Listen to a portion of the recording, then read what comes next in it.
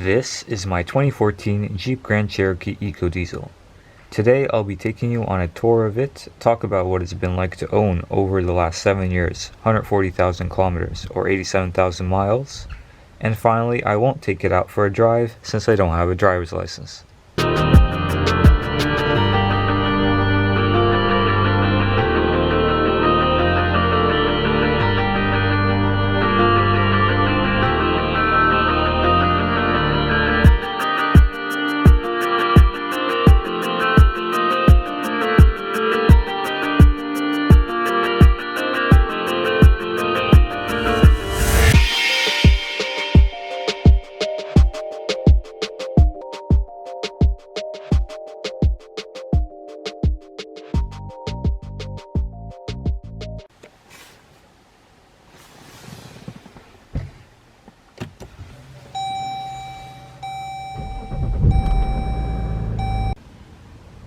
But first, a little overview of the Jeep Grand Cherokee. It is the biggest vehicle in Jeep's lineup. It first came to this world in 1992 for the 93 model year as the JZ code name. It was available with a straight 6, a V8, and a 2.5 four-cylinder turbodiesel, made by Motori. Production ended in 1998 with just over 1.6 million examples being sold. The second gen came out in 1998 for the 99 model year, codenamed WJ or WG in Europe. It came with two diesel variants outside of the North American market, earlier ones made by Motori and later ones by Mercedes. It also came with the same straight 6 the first gen had and similar but different 4.7 liter V8s. Production ended in 2004-2005 for North America with around 1.4 million units being sold. In 2004, the WK generation was debuted for the 2005 model year. It came with an independent front suspension. This was the first time it ever had it. It improved on-road refinement.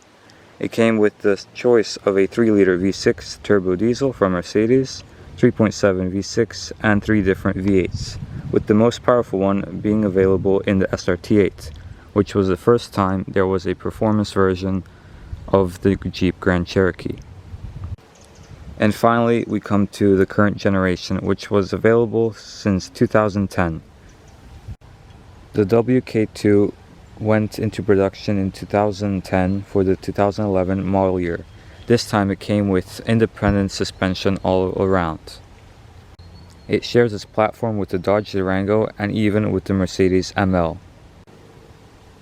It came with 5 engine options: the basic 3.6 liter Pentastar V6, a 5.7 liter Hemi V8, a 6.4 liter Hemi V8 in the SRT, and a 6.2 liter supercharged Hemi V8 available in the Trackhawk. And finally, the 3 liter V6 diesel in the EcoDiesel, or CRD in Europe, which we have here today, made by Motori, once again, and not Mercedes. So you might be asking yourself, has Jeep really used the same car for the last 10 years? The answer is yes, but of course it has gone through several updates over the years. The first one being in 2014, which is this one, where it got a facelift, which changed the front end, the rear end, and the interior. All the engines also got a bump in power. The transmission changed from a 5-speed auto to an 8-speed ZF transmission for each engine. The next change was in 2016, where they changed this shifter to a different one due to a recall, along with another minor facelift to the front end. The final update was in 2019, where they updated the infotainment system. Throughout the years, the number of trim levels also increased from 6 to 12. Now back to this vehicle. We bought it in December of 2013, being a 2014 model year, with very few miles. Since then, we have put around 140,000 kilometers or 87,000 miles. The two main reasons we bought this vehicle was because of its powertrain. The 3-liter V6 diesel produces 240 American horsepower, but more impressively 420 foot-pounds of torque, or 570 Newton meters. while staying relatively fuel efficient, especially compared to all the other engines Jeep offers. The second reason being that it's a lot cheaper than its competitors, such as the BMW X5, Mercedes ML, Volkswagen Touareg, to name a few. The trim level we have here today is the limited trim, which is one step above the base Laredo trim. The diesel option was available in all trim levels except the base Laredo, being the limited, as we have here today, the Overland, and the Summit. If we take a look at the original window sticker, we can see that the base price was $38,000. This got you a limited 4x4 with the V6 gas option. This car has the optional maximum steel metallic exterior paint, along with the black Morocco leather seats with dark wood trim and chrome and a bit of gold or beige or sand.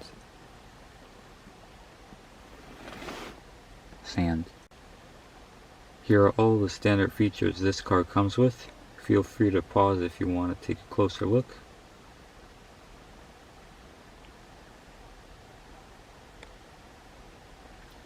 And here is the optional equipment. Now, to get a V6 diesel, like I said, you have to step up to limited trim or higher, but you also have to get the luxury group 2.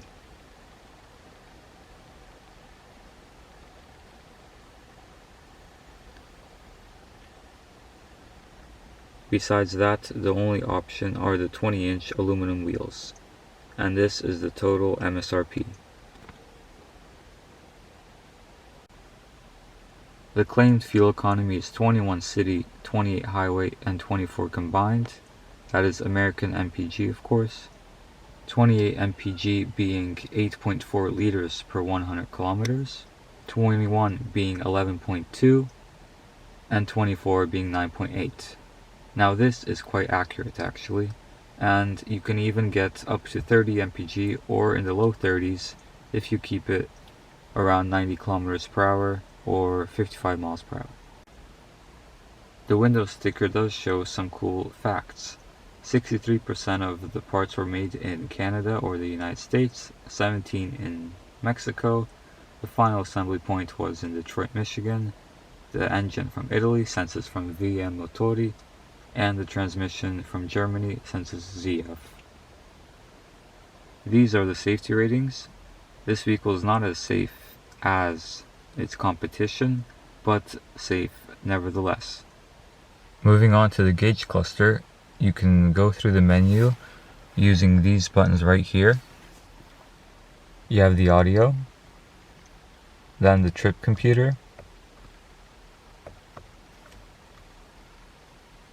then the fuel economy, the terrain setting. Here it shows you your steering wheel angle, then more vehicle info, oil life, battery voltage, diesel exhaust fluids, tire pressure, trans temperature, oil temperature. Here you can switch it to miles per hour and back to kilometers. Here you can change the style of the speedometer. You can have a more classic analog style speedometer or just a digit. Here you can set up the screen, so if you want to change what is shown here or what is shown there. Messages if your phone is connected, and back to the audio. Here we have a 8.4-inch Uconnect infotainment system. Here is the radio shown. Then you can go to media, where you can switch between USB, aux, Bluetooth, and a SD card. Then your main controls, your heated and ventilated seats, heated steering wheel, and then you can go to the settings of the vehicle. Then we have the climate control. You can either use the screen or the buttons down here. Then we have the navigation. Of course, since this vehicle is a American spec in Europe, the map doesn't work. Then you have the Bluetooth and phone, and then you have more apps. Down to the buttons, there are 3 big knobs along with a lot of buttons, so it's a lot easier to control the climate than via the infotainment system. Here we have the parking sensor off button, eco mode, and traction control. These blank would be replaced if this vehicle had self-parking, or on the newer models the sport mode would be here and not on the shifter. Moving on to the shifter, this was only available in 2014 and 2015 model years. It got discontinued later on due to a recall since it was too difficult to use, and I think even there were some accidents with it.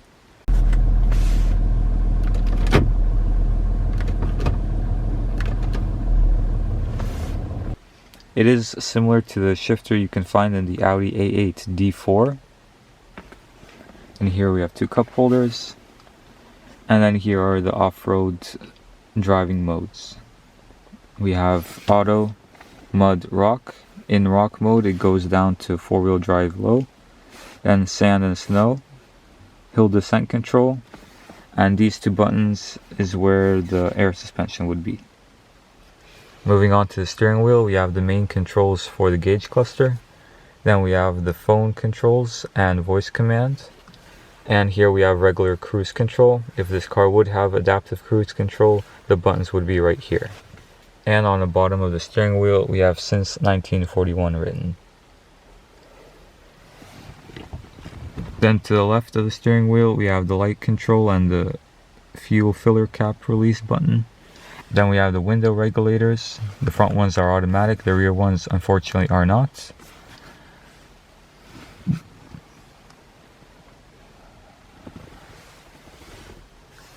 Then on the mirror we have assist and 911.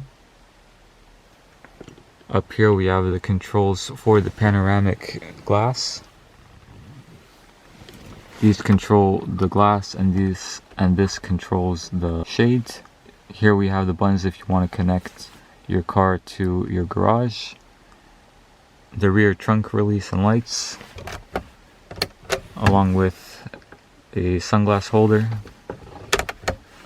Then the sun visors. You have a mirror with lights. And of course, this being an American car, they slide backwards. So they pass the straight pipes visor test.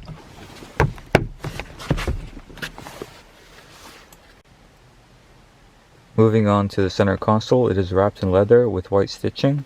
There are 2 different levels. You have the top one and the bottom one. In this one, there is a 12-volt power outlet and this little groove which allows your cable to not get ruined.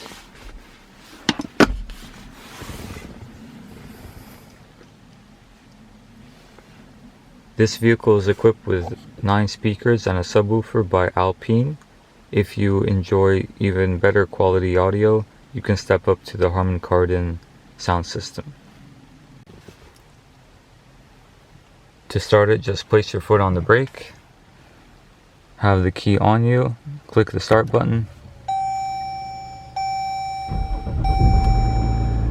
and it comes to life.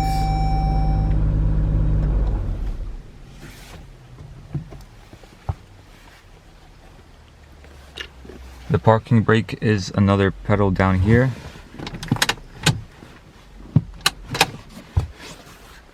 The steering wheel also comes with metal paddle shifters, along with buttons on the back to toggle through radio stations and to change the volume. The seats are fully electric with lumbar supports, and after 140,000 kilometers, they still look in relatively good condition. If this would be an Overland or a Summit trim, the seats would be even nicer. It also comes with 2 memory settings. Moving on to the rear passenger area, there is a bottle holder on each door. The rear seats are also leather. There are cup holders in the middle. And we have here the climate regulator. It comes with heated seats in the back, USB ports, and a full 3-prong house outlets. There are nets in the back for more storage. And now to test the rear space. I'm around 5'11", 180 centimeters. This is my driving position. And I have ample knee room. This when car reviewers tap their knees. Foot room is okay. You can put your feet under the front seat.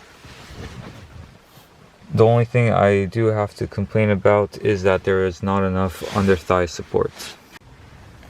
On each side you can find this lever which you can use to recline or fold the seats. This is the most upright position and that is the most reclined position. And if you just pull it up, they fold forward.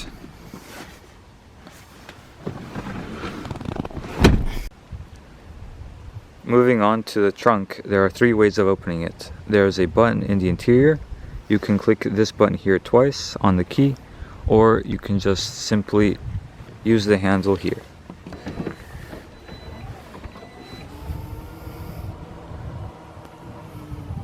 As you saw, it was a bit slow. That is because only one side is motorized and this one is just a regular strut. The seats split 60-40. The total capacity is 780 liters. You have a subwoofer here along with some shopping hooks, a 12-volt socket, more shopping hooks on the other side, a little cubby, and even a flashlight. To close the trunk, just simply click this button and it closes automatically. Now I do praise Jeep for putting the button down there and not on the top, since it is a lot easier for shorter people. Now this vehicle is equipped with keyless entry and start, so all you have to do is have the key on you. Walk up to the vehicle and place your hand in the handle and it unlocks.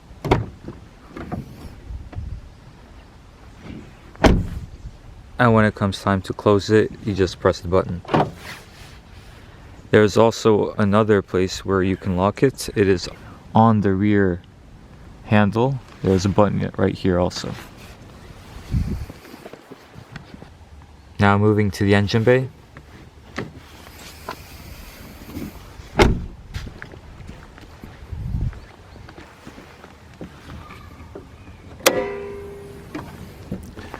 And here we have the heart of the beast, the 3-liter EcoDiesel.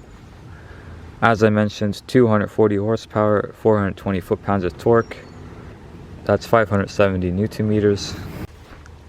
Here is a remote start.